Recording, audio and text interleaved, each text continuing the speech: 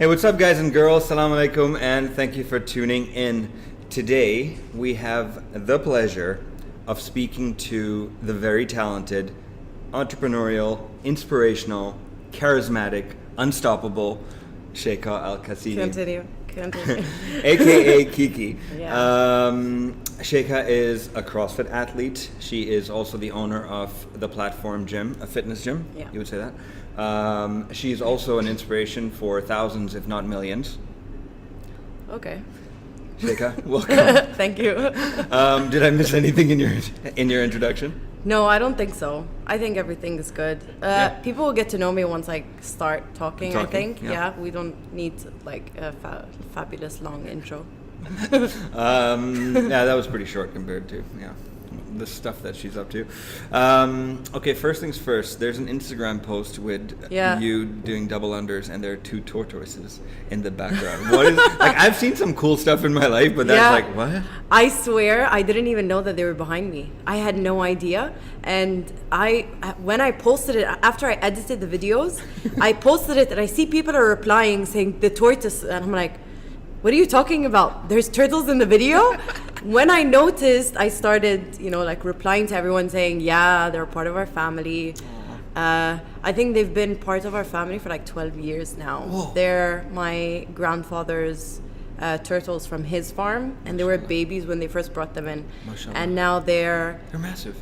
They're massive, and they're like breeding like crazy. So we have all different sizes of turtles, and you see them in the middle of the day. We have like patches of grass, and you see different sizes of turtles just walking around, so adorable, eating their grass. Do they have names? No. One of the tortoises, the big ones, is Chancho. Chancho. So one of the guys who was like roaming around in the back was Chancho. That was Chancho. But I don't know the other ones. My sister just randomly named one. I was like, that is probably the most random thing I have ever seen in my life. I was like, okay, cool. Anyways. All right, guys. So for convenience, and because there's so much matter to cover, we're gonna break down this interview into two parts. Number one is Shaikha, the athlete and the entrepreneur, and number two is Shaikha, the coach. We'll start with Shaikha, the athlete and the entrepreneur. For those of you who do not know her story, shame on you. But she's probably spoken about it 1,000, if not 1,000,000 times. Yeah, I've spoken about it, but it's funny, it keeps growing every time I speak about it. And it grows, but it's shortened. It's shortened. So I got used to talking about it. Cool. And like bullet points. Just bullet points. I started, I was bored, I did this, I did that, blah, blah, blah. End of story. I started competing, I enjoyed it. And then I started doing it. So I would summarize them better. Could you summarize it in, now let's see the shortest, like 45 seconds? I don't think so. Okay, 5 minutes? Because then if you're putting me under pressure, and then I'd be saying and like and a lot. Okay, no pressure. And you don't want that. Okay, you don't want that. So give us your best shot, your quick journey. Okay. In 2013, I had a full-time job. I was training 2 to 3 hours in the evening. I would wake up 5 a.m., drive to work, 8-hour job. To avoid traffic, I go to the gym, and I stay in the gym for 2-3 hours. And that was kind of like my not downtime, but like me time.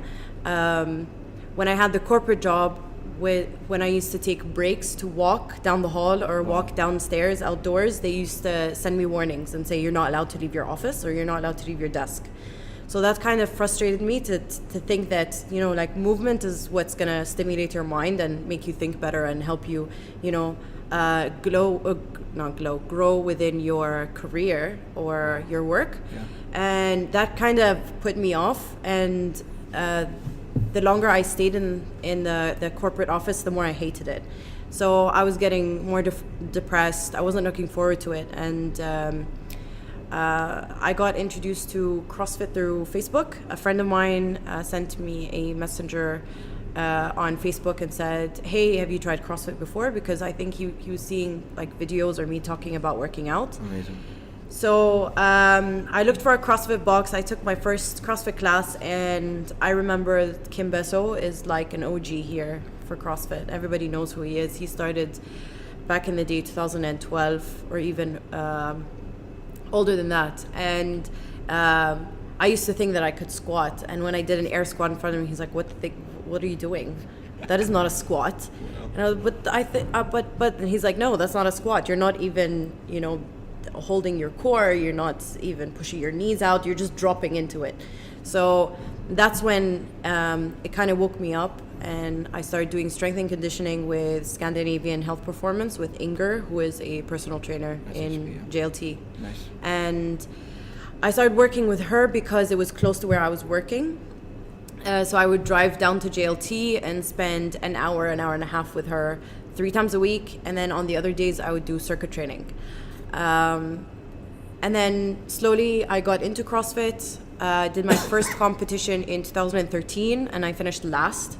I didn't mind it. I hated it and I liked it at the same time, because that was my first experience. And I hated it because I was like, there are some locals that are on the podium and I'm finishing last. This sucks. Wow. And it was only because those locals were fitter and they've been fit for a long time, and I only just started. So I put the judgments aside, and I started training from then. And one thing led to another. I opened an Instagram account. I wanted to inspire more people, encourage them to move, and show them that exercise is not a temporary thing. It's not a short-term thing. It's a lifestyle, and everybody can go through movement. Mashallah. Yeah. Wow. So I didn't know that.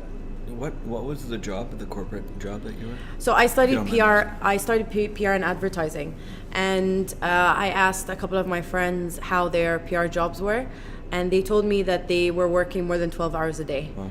And I was seriously put off. So I didn't want to work in a private office or semi-private, because I didn't want to be working for 12 hours a day. I knew that would burn me out or drain me. So I sent in my CV for a place called Dubai Trade, which is a kind of semi-government, but government structure.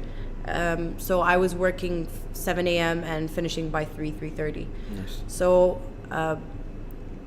if I was done by 3:30 or 4, that's when the pile-up starts, from Dubai to Sharjah.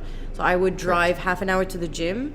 I would be there by 5 and spend 2 hours and then drive back home. Nice. So that's how. Amazing. Yeah. Okay. So let's get into the CrossFit aspect. Yeah. As a sport, what is your favorite part of CrossFit? My favorite part of CrossFit, I must say, is the community aspect of it. And that's what drew me to it. And that's what is keeping me within it. It's the growth of the community. To think that they only started close to 10, 11 years ago. Yeah. And they went from a couple of hundreds in the CrossFit Open to now 500,000 or more than 500,000. Really, that's taking part in the CrossFit Open. And the people that are taking part in the CrossFit Open are not even, they're probably half of the population that are actually practicing CrossFit. Yeah, and they're good. Yeah, and they're good.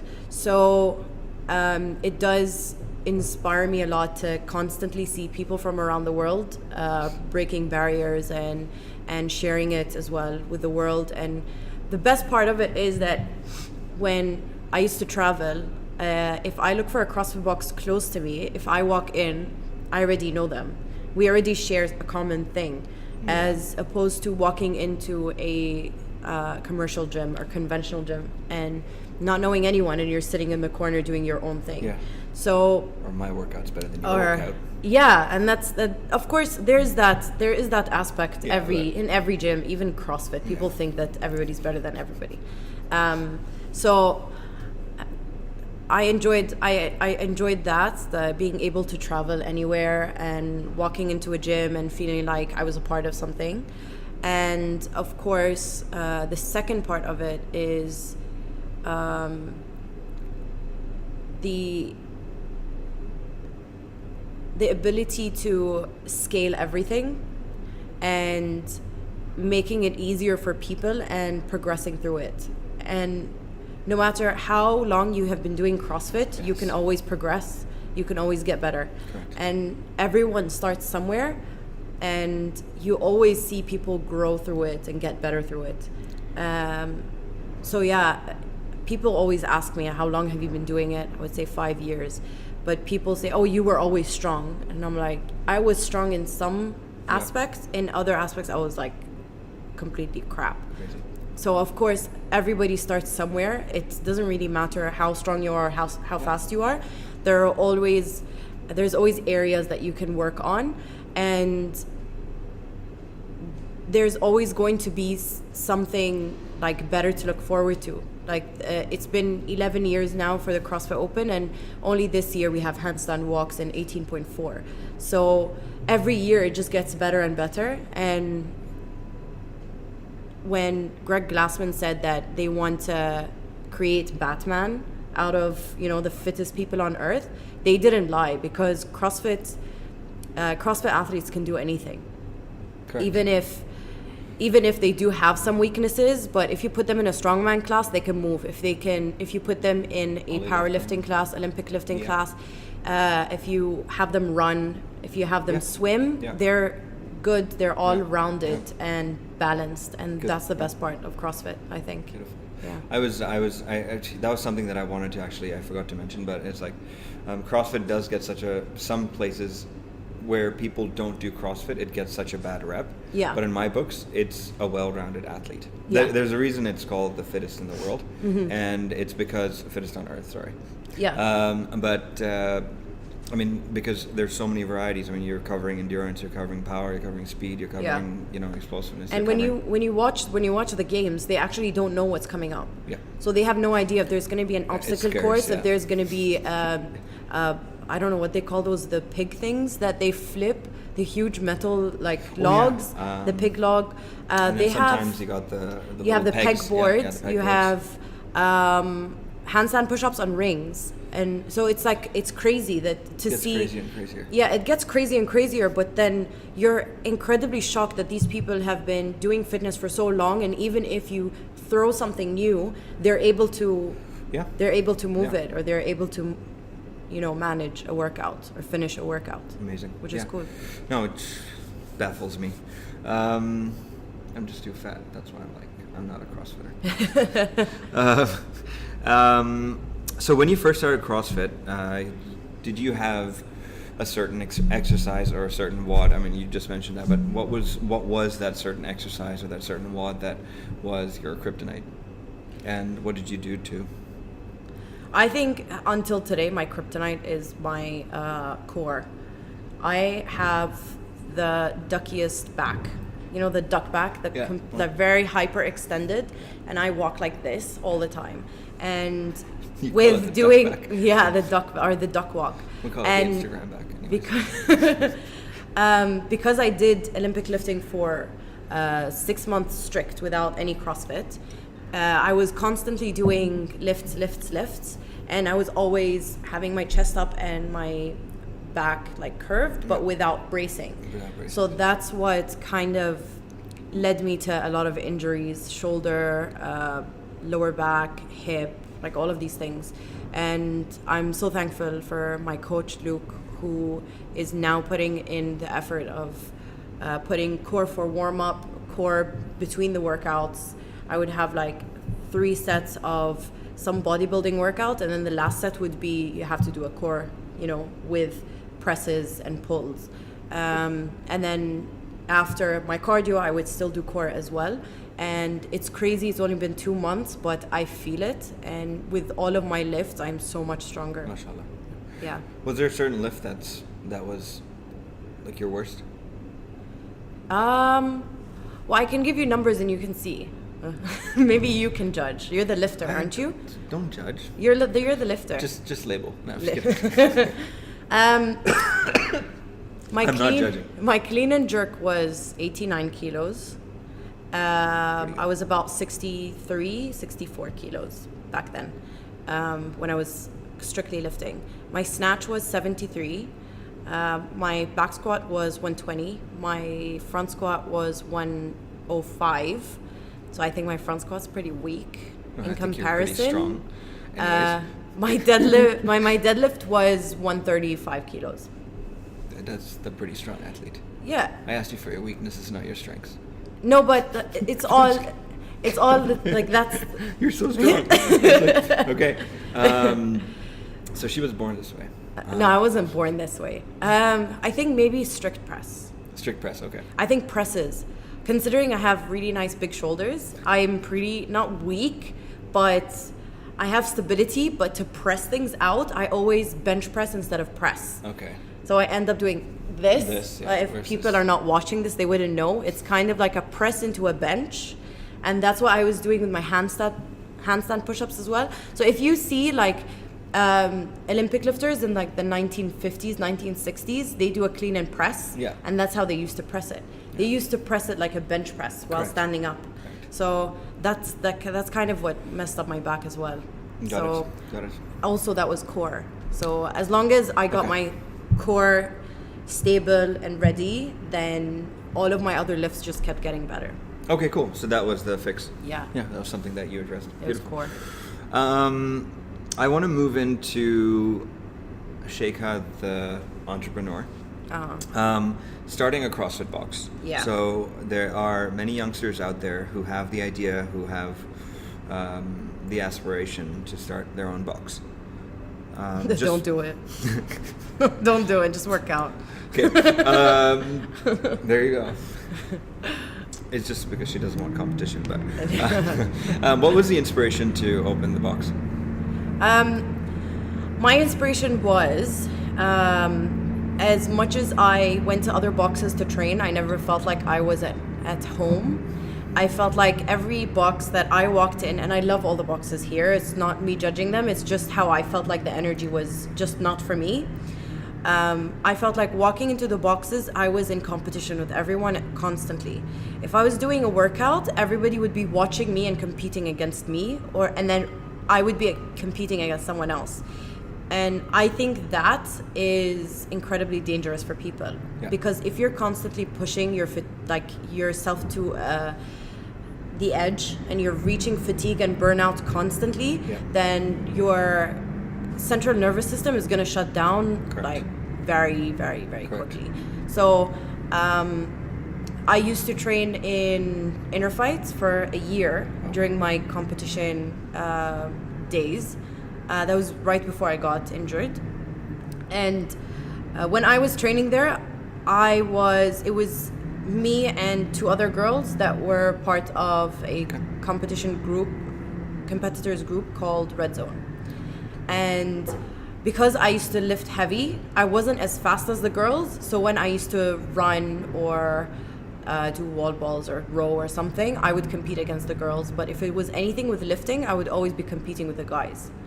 And because I was so eager to reach that level, I was not taking care of myself. I would reach home, wouldn't be able to sleep, can't eat. I was under eating.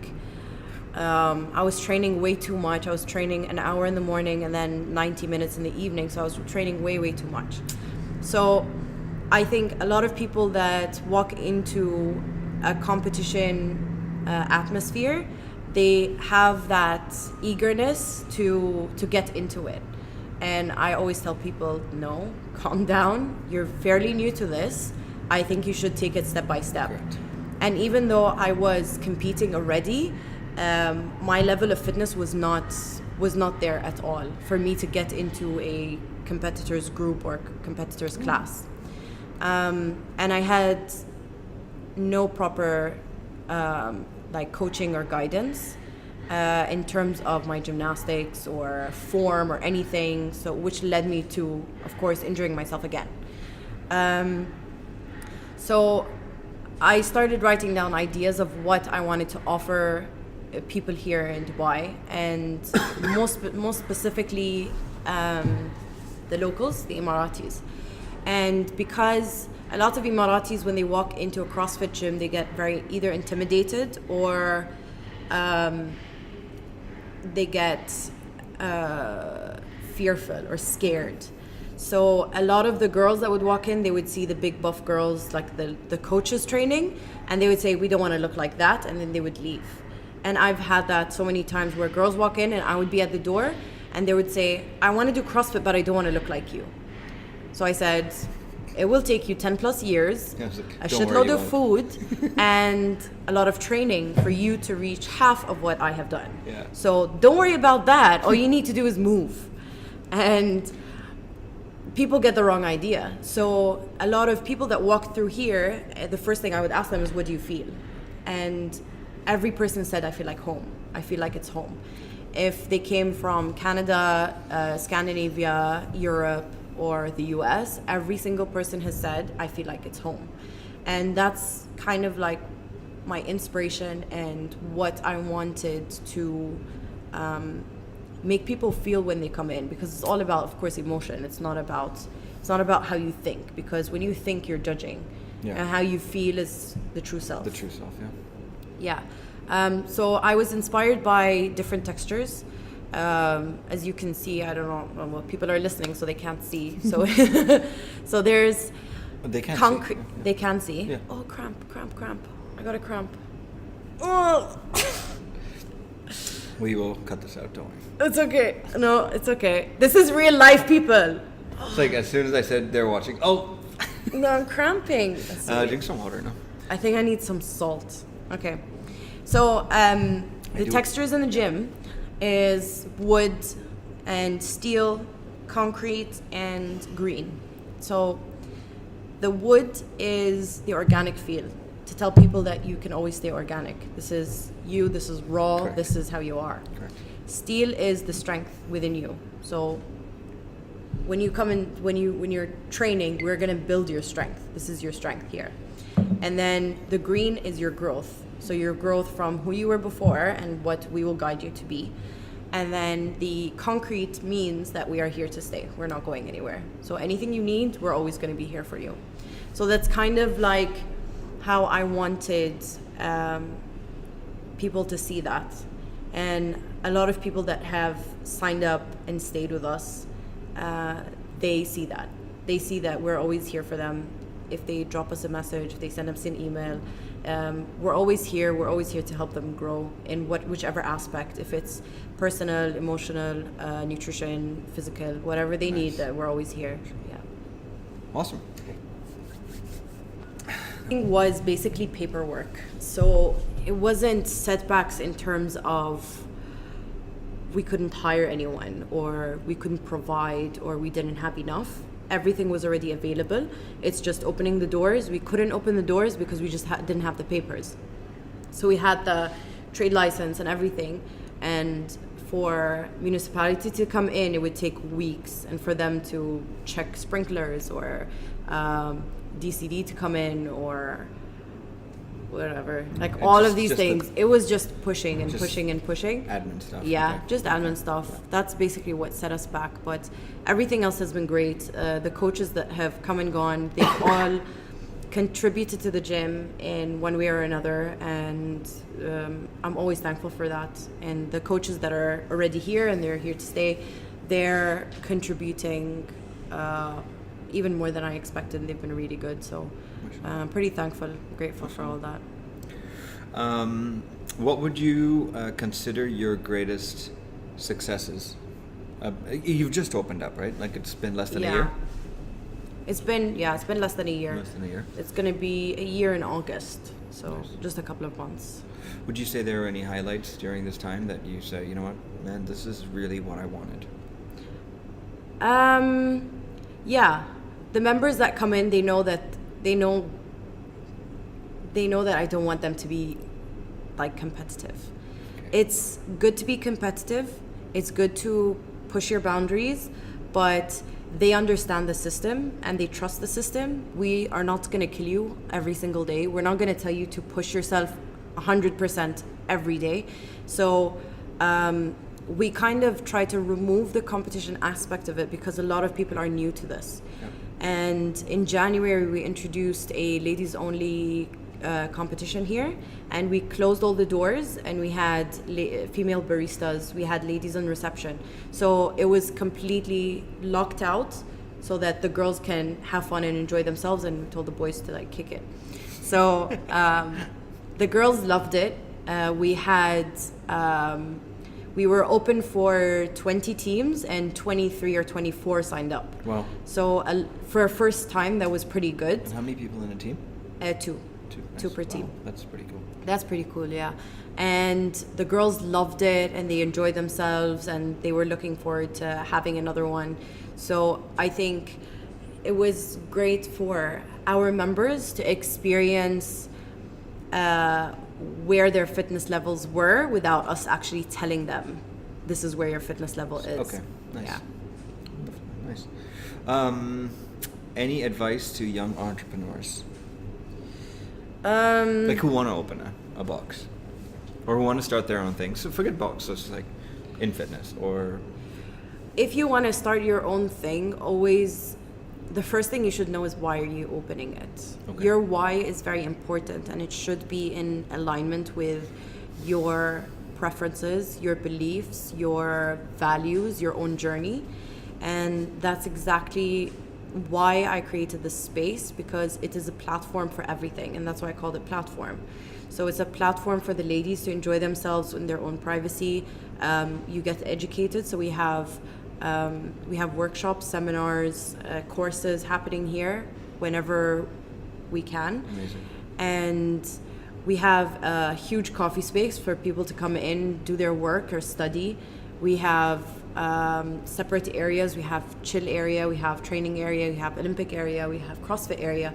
Yeah. So it's kind of like all of the aspects that I went through the journey in my own personal journey, and offering that to the people here as guidance, instead of me telling them this is the way it should be done or this is the way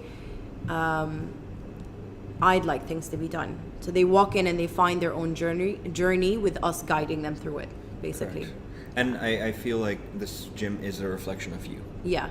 And I think that's where I think the vibe is just like that. And as you know, Shaikha just mentioned, is that make sure you know your why before you're doing anything. Yeah. And always believe and have faith, no matter what setbacks you have or whatever is happening is meant to happen for a reason. Yeah. So if something is, if a signature is taking way too long, it's only because it's saving you from something else. And you just always have to have faith in how things are moving in your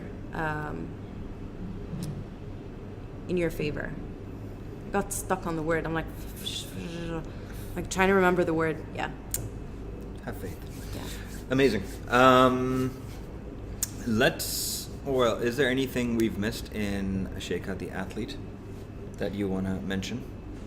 Anything you want to ask me? I've asked you. I don't really talk about myself much. If I'm being asked, I'll answer. Okay. So I think we did get. I wanted to keep it very concise and very informative. So I mean that's why the questions are very direct, and this is what it is, and we didn't want to go too much on it. I mean, many people know about CrossFit. I think the only thing I wanted to ask you, of course, for our viewers as well, 18.4. Yeah. How are you prepping for it? Sorry, what is it? 18.4 is Diane, which is 21:15.9 handstand push-ups and deadlift. Starts with deadlift and then handstand push-ups. The deadlifts are at 155 pounds, and handstand push-ups, there's a new stupid standard that we have to follow.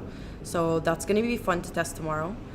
And then the deadlifts go heavier, which is 205 for the girls, which is like 93 kilos.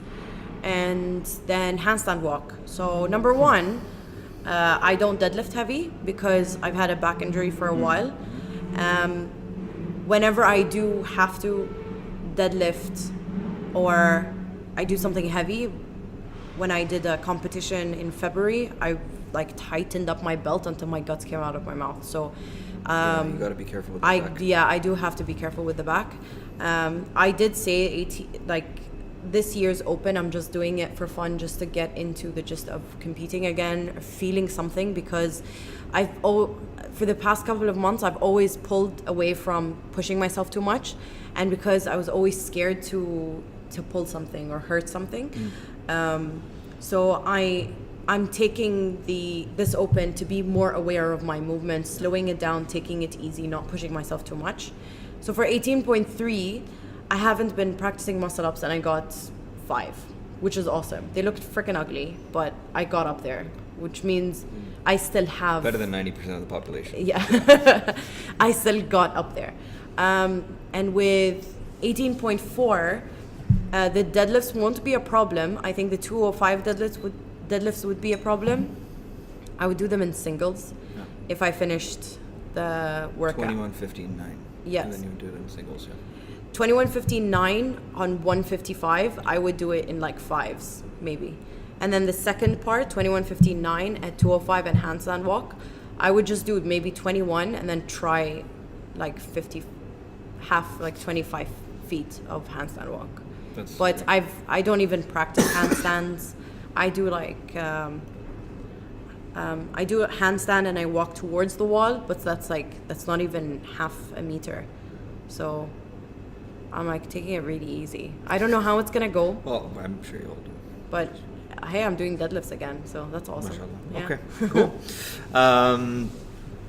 Alrighty, let's move on to Shakeout the coach. So this is an interesting aspect that I discovered when we last met. Yeah. And something that, I feel many people don't know that side. Mm-hmm. You said something really interesting in an interview. Yeah. Which goes something on the lines of find a role model in yourself. Yeah. I found that really fascinating. Can you please elaborate on that? Okay. As much as we do look up to a lot of people, I look up to athletes like Annie Thorisdottir, Bjork, Sarah Armanius, Mia Ackerland, Carmen. Like, all these people are incredibly amazing. And I look up to them, but as much as I do look up to them, I look within the role model within myself. So I would look back on where I was before, which was barely running a 400 meter under 3 minutes, or I wouldn't be able to do like 25 or 30 wall balls unbroken, butterfly pull-ups. I would look back and say, wow, I went from that to this. And that is, of course, what inspires me, as much as it inspires other people as well. A lot of people have been through my journey for 5 years. They've been following me for 5 years on Instagram, so they know where I have been and where how far I've come. And I do encourage a lot of people to find the role model within themselves, because they don't know how incredible they are until they look within themselves. Every single person has their own individuality, their own self-expression, no matter what it is. Some people are just funny people. Some have a really good sense of humor. Some are comical. Some are artistic.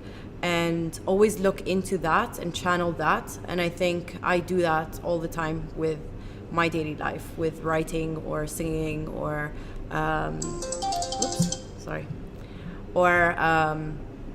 or listening to music even. So always find a role model within yourself instead of chasing other people's expectations or heights. Yeah. Set your own, I think. Yeah. I think Matthew McConaughey, at the Oscars when he won this year, he had a very cool speech. Did you listen? It was something like someone had asked him who your role model was, and I think his role model is him 10 years from now. 10 years, yeah. And he keeps going after setting that the guy, bar. Yeah, setting the bar higher and higher and higher. Amazing. Yeah, that just reminded me of what you just said. And okay, working with a life coach. So you mentioned something about working with a life coach, and I just wanted you to elaborate on that and just, give us the importance or how you feel about it. Where did it start? Why is it important, and why should more people work with a life coach? Well, when I first started competing, I didn't know what I was channeling through my competitions and what I was channeling through my training, why I was setting the goals that I was setting. And when I did seek a life coach, there was a lot of baggage, a lot of things that were in my subconscious mind or in my mind, and maybe a lot of people, they don't believe in this, but everything that you see in front of you is a reflection of how you see yourself. Yes. Or how you think. So if I see somebody walking down the street and they're wearing short shorts, if I am judging them, then it's only because I either have an insecurity or I am angry because they do not abide by a law, for example. If it doesn't bother me, then I am completely in content with myself. So that's just an example. And when I first started competing, I found myself hitting a wall constantly. And I didn't know why I was hitting the wall.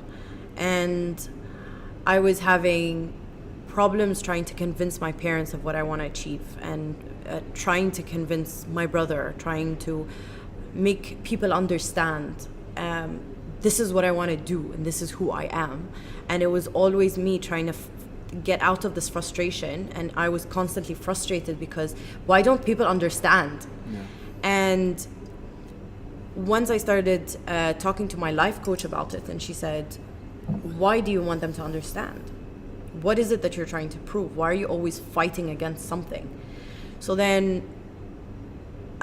she would, after every session, she would tell me, reflect upon whatever we talked about, pray on it, meditate, and try to reverse all these thoughts that you have about it.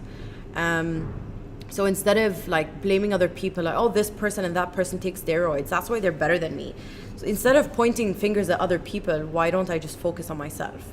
And that's how it changed a lot in me. Yeah, it pisses me off sometimes, like, you're on enhancements. That's why you're better than me.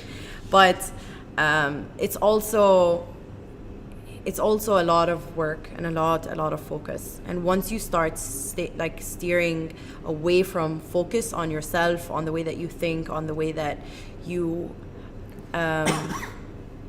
live your daily life, then you are going to lose yourself. And that's why I encourage a lot of people to start focusing on something as little as my nutrition. And a lot of people are going like, you really don't have a life. Like counting your macros and weighing your food, that's pathetic. And I'm like, well, nothing else has worked. Yeah. I am feeling amazing. I am performing better, and I'm sleeping better, and I feel great. So why are you bothered by it? Yeah.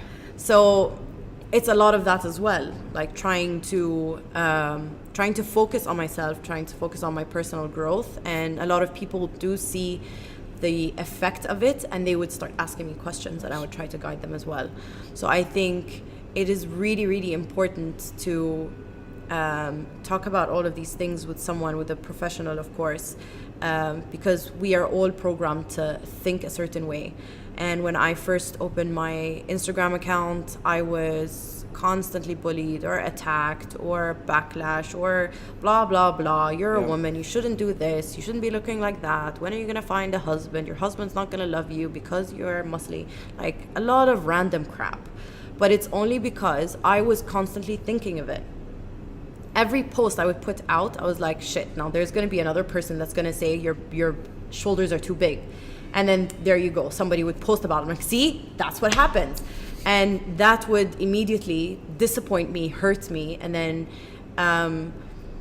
set me back from actually doing what I really want to do. So I stopped fearing about the other side.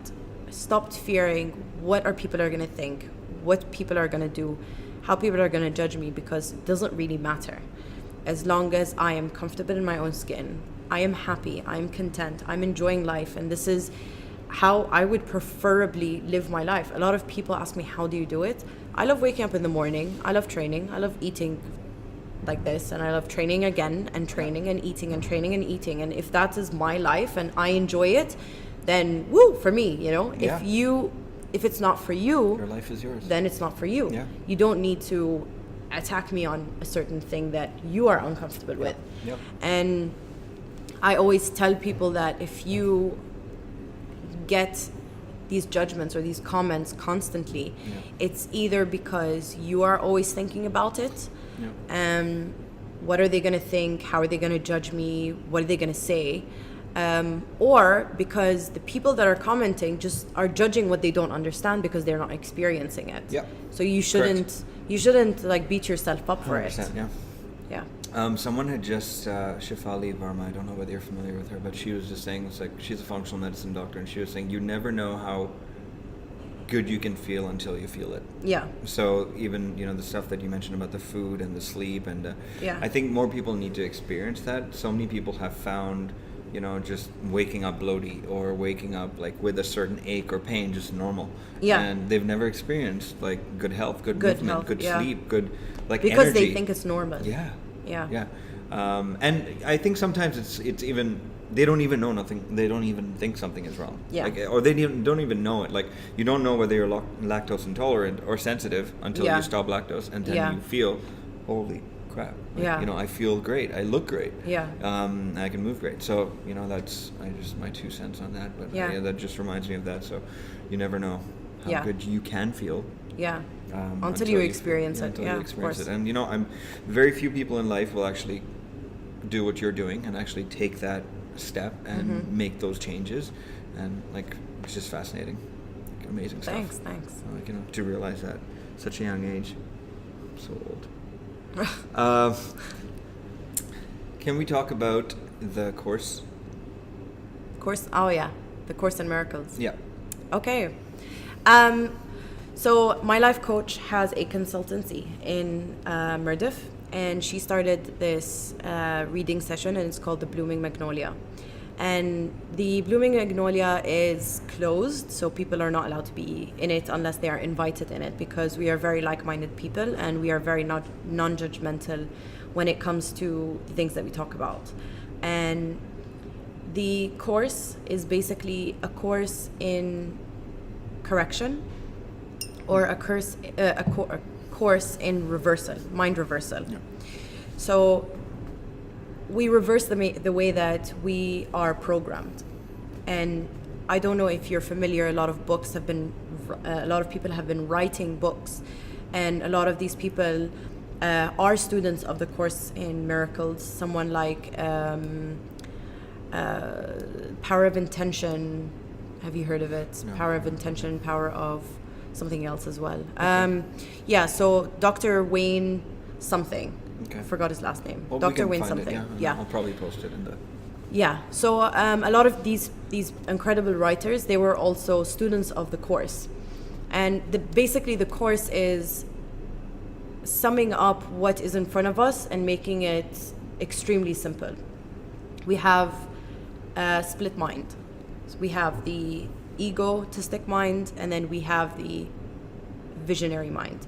The vision mind is channeling our thinking through God, through vision, through truth, through knowledge. And the egotistic mind is basically, it has nothing to do with the devil, it has nothing to do with Satan, it has nothing to do with all that crap. It's basically how we have been programmed. So the ego mind would be guilt, fear, separation, and the vision mind, or the knowledgeable mind, would be unity, oneness, harmony, together. Basically, we're Got talking it. about humanity and like Two opposites. Yes. So we get caught up in the middle, and we are mostly drawn towards the egotistic mind because we don't know anything otherwise, because that's how we were brought up. Okay. Yeah. So with everything that we do, we set intentions, of course. But a lot of people, they don't understand what are your motives behind these intentions. And they're like, well, I set my intention and I'm not getting anything in return. Like, but what are your motives? And why are you expecting something in return? So there's a lot of deep thinking, a lot of correction in the mind about how we set our intentions, what are our motives, completely trying to eliminate the need, because we don't need anything. We already have everything from God. We don't need anything. If people say, I need to lose weight, I tell them, well, bullshit, you don't need to lose anything. And you don't need anything in life, because God is already there and has provided everything for you. And there is the idea of fear and guilt and lack. So a lot of people say they want abundance in finance or money or wealth. And the first question I would ask them is, why? Is it because I want money? Why? I want to live comfortably. Why? Yeah. Is it because you lack it? Because you don't have it? And then a lot of people say, yes, I lack it, that's why I need it. Or you're jealous of someone else. Or that's also channeling through the ego mind. So that's basically, the course is the teacher and the student. So we have the teacher, who is Sultana, and the student is us, all of the girls that are within the group. And we are learning to become teachers as well. Amazing. And we practice it in our daily lives. We have prayers, we have meditation sessions as well. And with every experience, we always channel what we feel. So if somebody says, I'll give you an example. If somebody says, you look like a man, and I would take a second and I would think, how does that make me feel? It pisses me off. It makes me angry because no, I don't look like a man. But why does it make me angry? What am I trying to prove? And then you would take it back from there. Think about where does it stem from. It's because in high school, a lot of girls said that, well, you look like a man. And that would really upset me because all of the girls looked like girls and I had broad shoulders, which made me look like a boy. So it's kind of going through that, stepping back and correcting how we used to feel about that and correcting it with the future so that we don't feel the way that we feel and we don't judge other people or judge ourselves through the process of whatever we are faced with. So anything that comes up, we would take it as an opportunity to correct the way that we feel or the way that we think. Is there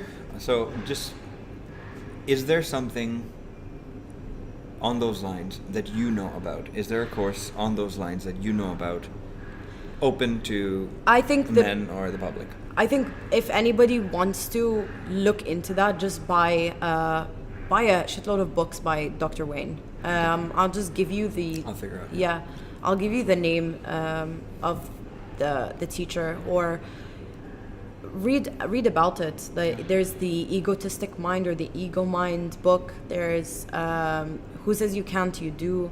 There's a book, The Power of Intention. There's a lot of these books, they teach people that, like to channel through the intention instead of channeling through motives, because a lot of people's motives come out of lack and need. And fear and guilt and Perfect.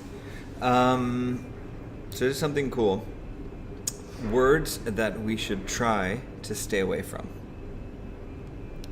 You should try to stay away from. So for example, I know that when I was here the last time, I said something on the lines of setting high standards for myself. And I thought that would be really interesting for someone who has these thoughts and is open-minded in that aspect, to give us some guidance as to what words should we avoid in our daily lives. Like you shouldn't. I don't think you should avoid. You should change your mind about it. Okay, go ahead. So a lot of spiritual people, they always say this let go shit, and I don't know this let go. I don't know how to let go. What is let go? And we talk about these things a lot during our Course in Miracles session, and it gets really frustrating because the girls are like, what are we letting go? We don't know. I think a lot of people should think about what it is that you're letting go, why you're letting go of it. Why don't you just change your mind about it instead of letting go? Because what people do is that I just want to let go and move on. So they leave it in the past and they just like storm in the future. But they don't think about the reincarnation of how you're feeling, because it's going to creep up. It's going to creep up with your daily lives. So if, for example, somebody went through a divorce and you're like, oh, I'm just going to let go and move on. And every single day you're being asked, how did the divorce go? How are you feeling? Are you feeling good? And then the second you get asked that, you start feeling regret, shame, embarrassment, and like anger, frustration. So instead of letting it go, you start changing your mind about it. And I think that's really important for people to try to understand that you can't just let go. You can't like sweep the dust under the rug, because it's gonna come back. Yeah, eventually. Another thing is think positive.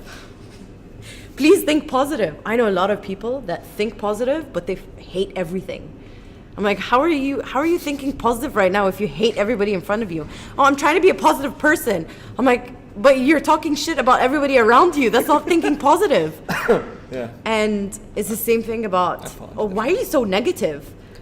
You're not being negative. Maybe you're just going through some frustrations in your life and you need somebody to make it clear for you. So this kind of like labeling things of what it is, like feminine, masculine, positive, negative, right, wrong.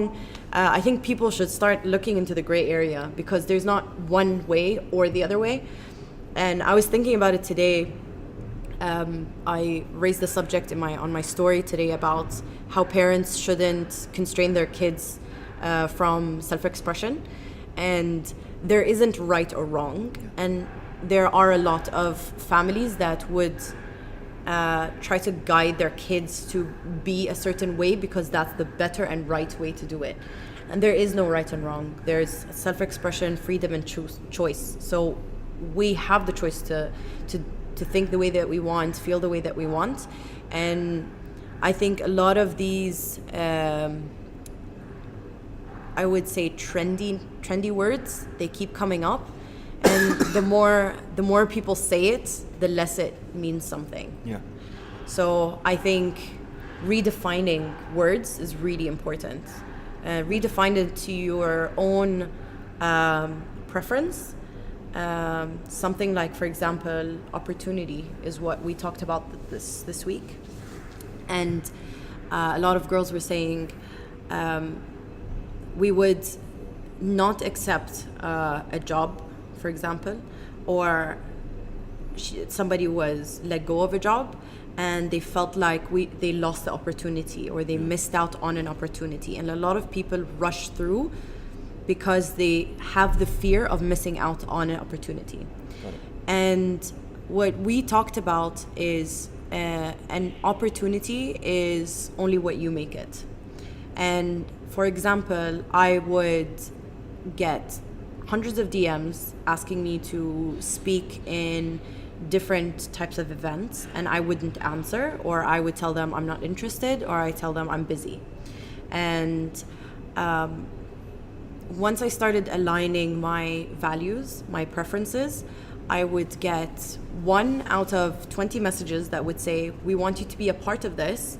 And I would see that as an opportunity. I wouldn't see everything else as an opportunity. Even if they pay me thousands of dirhams, then doesn't really matter to me, because the opportunity, what I sought, is in alignment of my personal movement and my personal growth.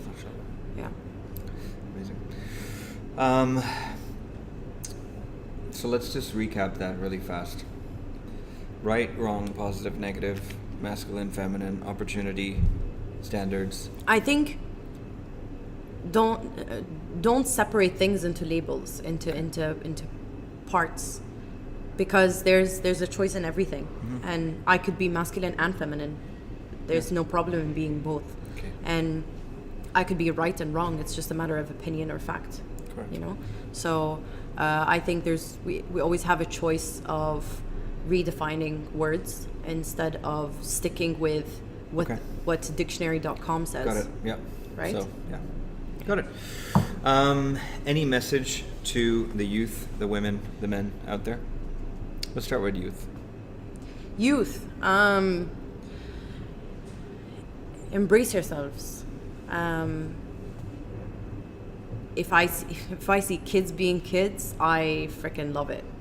When I see teens, and as much as I have to work on this judgment, it really frustrates me seeing a 12-year-old putting on full face of makeup, and I'm like, wow, you're not enjoying your children, like your life as a kid. I remember being 16 and still playing with dolls, and until today I watch cartoons. So I think always channel your inner child. That's really important. So with kids, I think kids and youth, men and women and everyone should move, should I didn't say train, I didn't say exercise, I didn't say lift, I said move. Movement is very important. Find your personal movement. If you feel like CrossFit is for you, then CrossFit is for you. I was being asked I was coaching a class in Abu Dhabi for Women's Day. One of the girls said, "What do you think about Zumba?" And I'm like, I don't think anything about Zumba.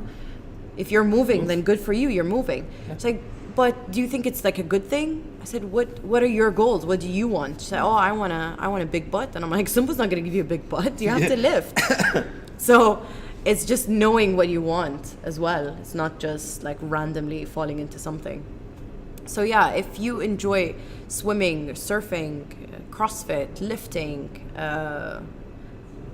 I don't know, anything, archery, just move, just enjoy the movement. And I think it's really important to eat well, have a balanced life. Just because you're training all week doesn't mean you have to train on the weekend. I think that is freaking ridiculous for people to forcefully tell people that you are pathetic or weak if you don't train all week. No. If you want to take your weekend off, you take a weekend off. I spend every Friday in bed for 24 hours. I'm not joking.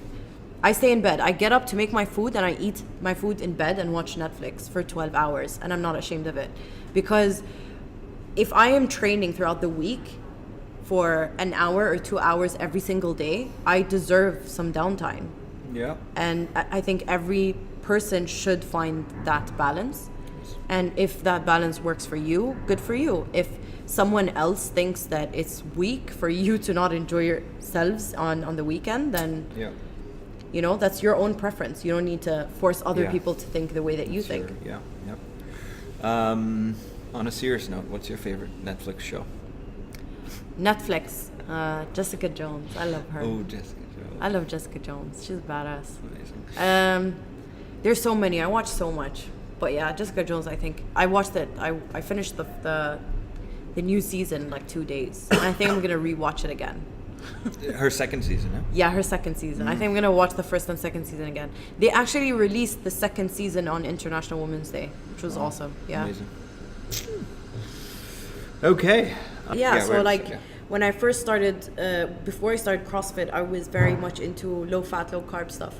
So when I was training in Gold Box, I had followed Nourishing, and I had followed Nourishing for 30 days.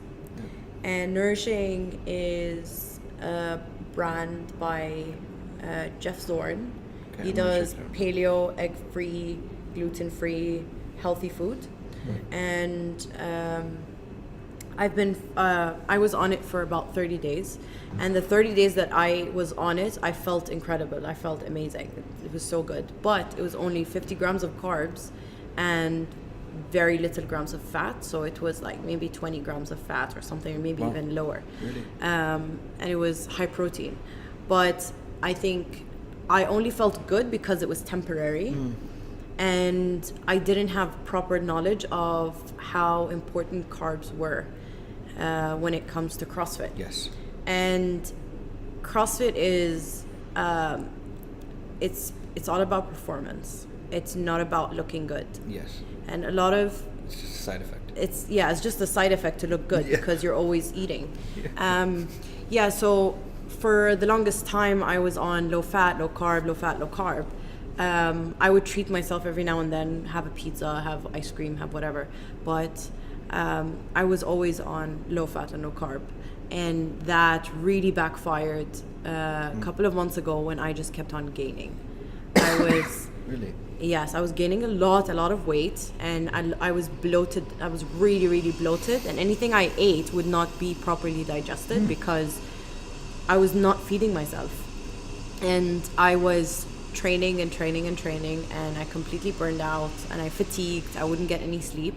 So I spoke to Mia Ackerland, and I noticed the 1 year that she was following her her macros, she looks incredible. Like, she's completely fit. Her performance level went up, and she leaned out, and she's never been that lean. As what she told me, she's like, she's never been that lean. Amazing.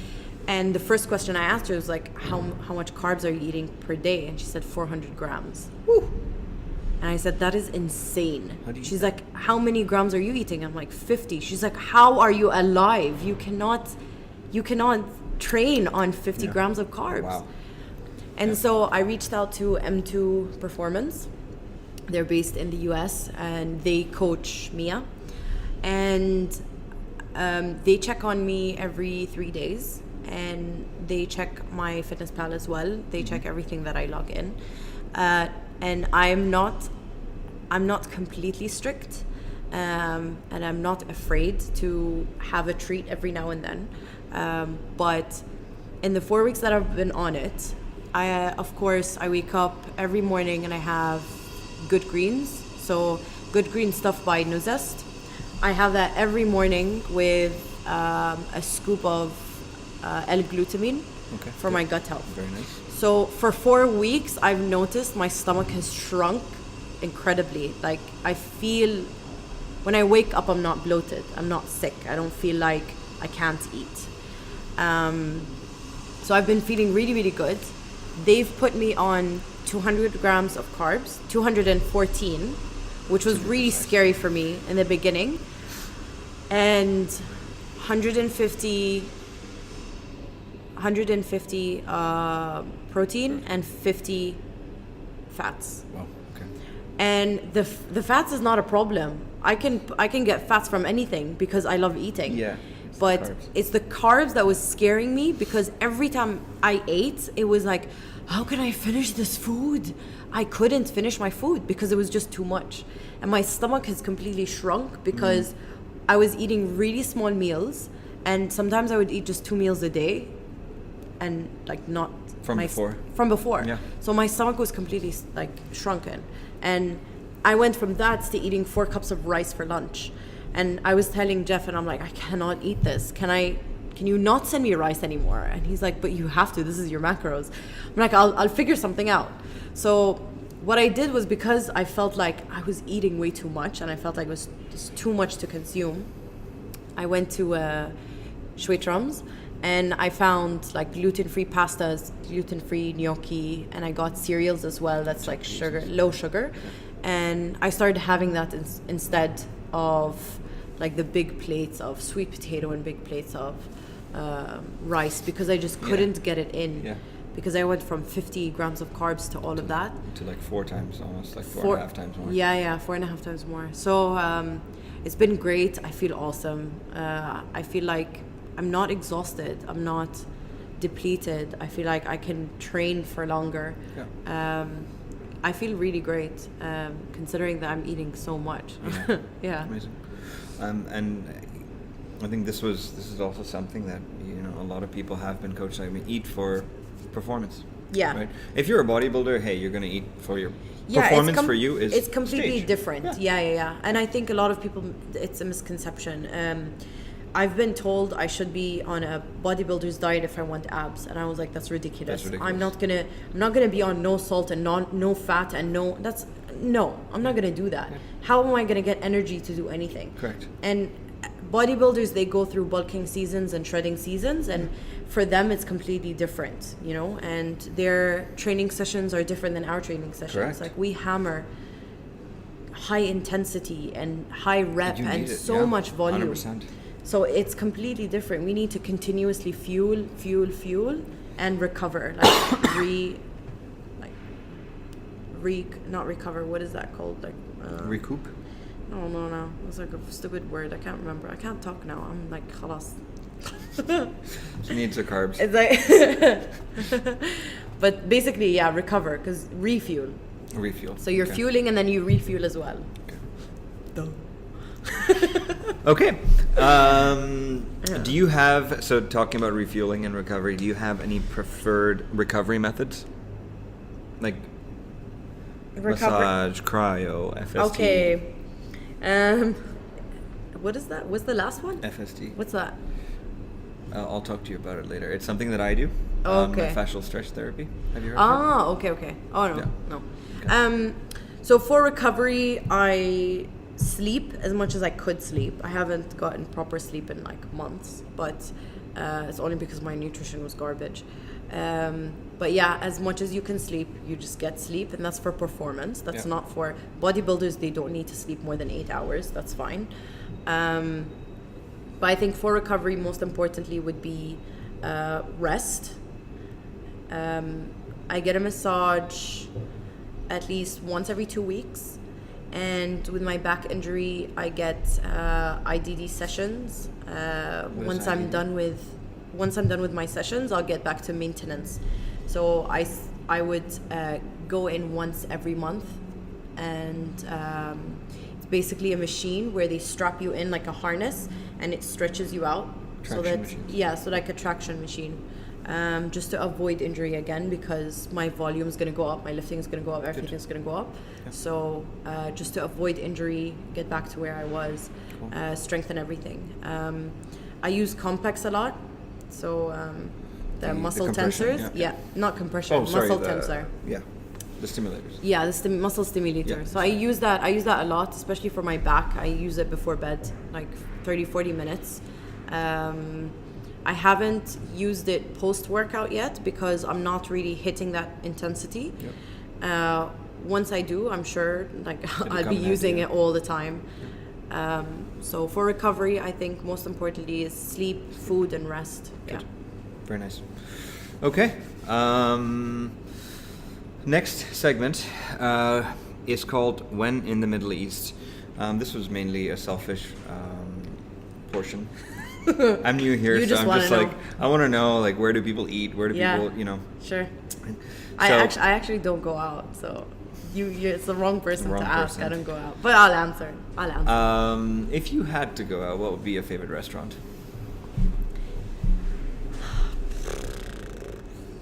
Favorite restaurant. Yeah, R-E-S. I would say, if I wanted like a cheat meal or like a go-to place, I can't choose one because I have cravings. Okay. So I don't have one special thing that I eat. I like whatever I feel like it would take me there. Got it. So I would say number one would be burger and lobster. I love lobster roll, and then a lot of butter. So I always order double butter in the fries and then butter in the roll. Amazing. So amazing. And then second would be La Farine in not address, Marriott Marquise. Okay. Is that a Marriott? I forgot. I have no idea. JW Marriott Marquise. Yes. Okay. Marquise. Okay. They have delicious escargot and steak frites. Amazing. Okay. And then third, I think Moilo's burger. Or salt. Yeah, Moilo's or salt. Moilo's have the best truffle fries you'll ever have. Okay. It's not gonna let you down. Moilo's, I'm gonna look this up. Yeah, so there's one in Mirdif, Shuruq. There's one in Jumeirah Road. Got it. The best. Got it. And then I think last one would be chicken and waffles in Clinton Street Baking. Amazing. I tasted it a couple of weeks ago. I tasted it. I didn't eat it. I tasted it, and it was insane. So I think my next cheat meal would be brunch at Clinton Street Baking. Yeah, chicken and waffles. We asked for one, we get five. So that's good. Very good. Favorite coffee shop. Oh, and sushi. Oh yeah. I didn't say sushi. Yeah. How can you forget sushi? Sushi would be Origami Sushi. Origami. Where is Origami Sushi. It's in Jumeirah Road as well. Okay. Or Origami. They have really good sushi. My sister's mentioned it. Yeah. Yeah. She loves it. Or Tokyo at the Towers is really good as well. Tokyo at the Towers. Yeah. Okay, I'm gonna. Favorite coffee shop. Ratios. I think Ratios. Ratios is one of my favorites, and then Stomping Ground. Stomping Ground, I would say, during the quieter times. Stomping Ground, where is that? Jumeirah 1. Jumeirah 1. Next to Dubai Zoo. Okay. I would say it's one of my favorite because eliminates the infestation of Arabs there and locals. When it is quiet and they open the windows and everything, like the breeze and the sunlight and everything during winter is amazing there. And Cafe Rider. Okay. Yes. Yeah, that's Cafe Rider is one of my favorites. I love their Alpine latte. Oh. It's like hazelnut and pine nuts I'll try that. in a coffee. It's so good. I'm a fan of their cold brew there. Yeah. Honduras, I think it's called. Okay, got it. Awesome. Again, good info. Favorite order in or takeout? Freedom Pizza. Freedom Pizza. Or NKD. It's the same thing, but whatever. Just- It's pizza. yeah, pizza. Pizza. Full Pizza. stop. Okay, pizza. Best steak in town? La Farine. La Farine. La Farine, JW Marriott Marquise. Got it. Yeah. Is there any, if we had to follow some top people in the Middle East, who would you say we should definitely be following? Like inspirational, sports, education, anything. Other than yourself. No, I actually don't know. Okay. I follow a lot of people and I just can't recall anyone now. I think there is one girl who is called Seja. She's from Kuwait. She's a 16-year-old CrossFit athlete who has been competing for the last year. Nice. She's like one of the top teenage female Arabs in Middle East. Amazing. Yeah, she's amazing, Okay. amazing, 16 super years strong. old. She's 16 years old. We actually wrote an article about her in Fit Forum, our Facebook group. So, yeah, Okay. really, Beautiful. really cool. And then Courage Run. Courage Run. She's an adaptive athlete. She does triathlons, Ironman, I think, as well. I'll check it out. Yeah, Courage Run. yeah, it's amazing. Cool. All right, last segment. Are we good to continue? We can't do anything about construction. No. I'm just the prayers Yeah. were going on. Oh no, the prayers are done. Okay. Last small segment is called Crazy, Stupid, Strong. Okay. Favorite deep fried dish? I know you're a fan of deep fried.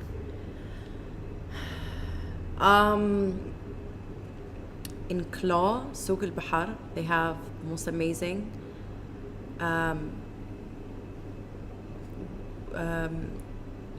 tiger prawn. What is the thing called, baby? Buffalo wings. Like buffalo wings, but they're tiger And prawn. tiger prawn. Yes. Ooh. Tiger prawn buffaloes with buffalo sauce. Cool. It's like deep fried. It's like this big. They give you like 5 or 6 pieces, and you have blue cheese on the side. It's incredible. Holy It's moly. incredible. It's one of my favorite places to go to. Wow. Yeah. Okay. Deep fried tiger prawn, buffalo sauce. Yes, buffalo sauce. Yeah. Beautiful. Donuts or ice cream? Ice cream. Biryani or mandi? Both. I don't know. I don't eat it. I don't really eat it, so. Okay. Shawarma, manakish. I don't eat it. I don't really eat. No. No, I don't eat either. Like, maybe manaish, I would have it like once every 6 months. Same with shawarma. I don't really eat it. Okay. Great answers. Ferrari, Lamborghini? Don't care. Neither. Okay. Neither. Preferred brand? Mercedes SLS. Oh. Yeah. Nice Mercedes one. Piston squat or muscle up? Muscle up. Nice. Pistol squats are easy for me. I just want muscle ups. Ah. I want to look graceful in muscle ups. You got 5. I'm like looking at the video. I'm like, oh, okay, cool. I got 5, but like at an angle. I would like get up like this, like one elbow over the other. It was a mess. As long as I got up there, I was happy that I got some. That's it. Still better Yeah. than 99% of the population. Ice cream or salad? Ice cream or salad? Mm. I already answered ice cream. I wouldn't have a salad if I had ice cream. No, the choice. If you're given the choice. If it was every day, I would have a salad. But if it was on like a Friday, I would have ice cream. Ice cream. Yeah. Any preferred brand? of ice cream, Yeah. of course Ben and Jerry's. But no, my favorite ice cream is actually not ice cream, it's gelato. Amarino have a dark chocolate that's dairy free. So it's a my brain is not working today. What is the gelato that doesn't have milk in it? Sorbet. Sorbet. Yeah, so it's a dark chocolate sorbet. Okay. Dark Yeah. chocolate sorbet. That is like my favorite, hands down, the best. We're going there. Amarino. Annie, Thor's daughter, or Sarah Sigmundson? Sigmund's daughter. Sorry. Sarah Sigmund's daughter. Why? I love Annie. I love her. She's such a sweetheart. But Sarah has a different character to her. And Yeah. like I relate to her more. Okay. I think I can relate to her more. Got it. She likes pizza too, so we can bond on pizza. Fair enough. Batman or Superman? Doesn't matter. I think Luke Cage. Ooh. Yeah. Or Jessica Jones. Or Jessica Jones. Yeah, they can both save my life. I don't need Superman or Batman. They don't have superpowers. Not Fair really. enough. Yeah, okay. Superman flies. That's it. Yeah, and Jessica Jones has superhuman strength. Yeah. And Luke Cage is like Bulletproof. and made out of a metal. Yeah. That's more than enough, isn't it? If I had him at my bodyguard, that would be so cool. In conclusion, Yeah. is there any advice you would give your 20-year-old self? Chill out. That's it. I think I would tell myself to chill out. When I was 20, I thought my world was gonna end like any other teenager.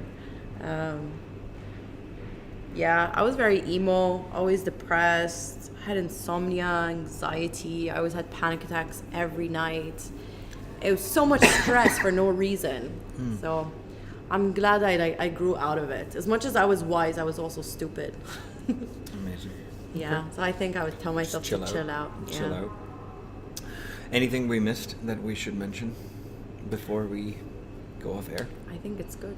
It's all good. Okay. Yeah. Awesome. Thank you for having me. Thank you for being on this and Yeah, of taking the course. time. I know you're hungry and you've just worked out and you've given us I the had time. my carbs, but yeah, I'm ready for food now. Thank you so My much. stomach's rumbling. I really, really appreciate it. Yeah, Thank thank you you so for much. having me. Awesome. That was awesome. Awesome. Thanks, guys.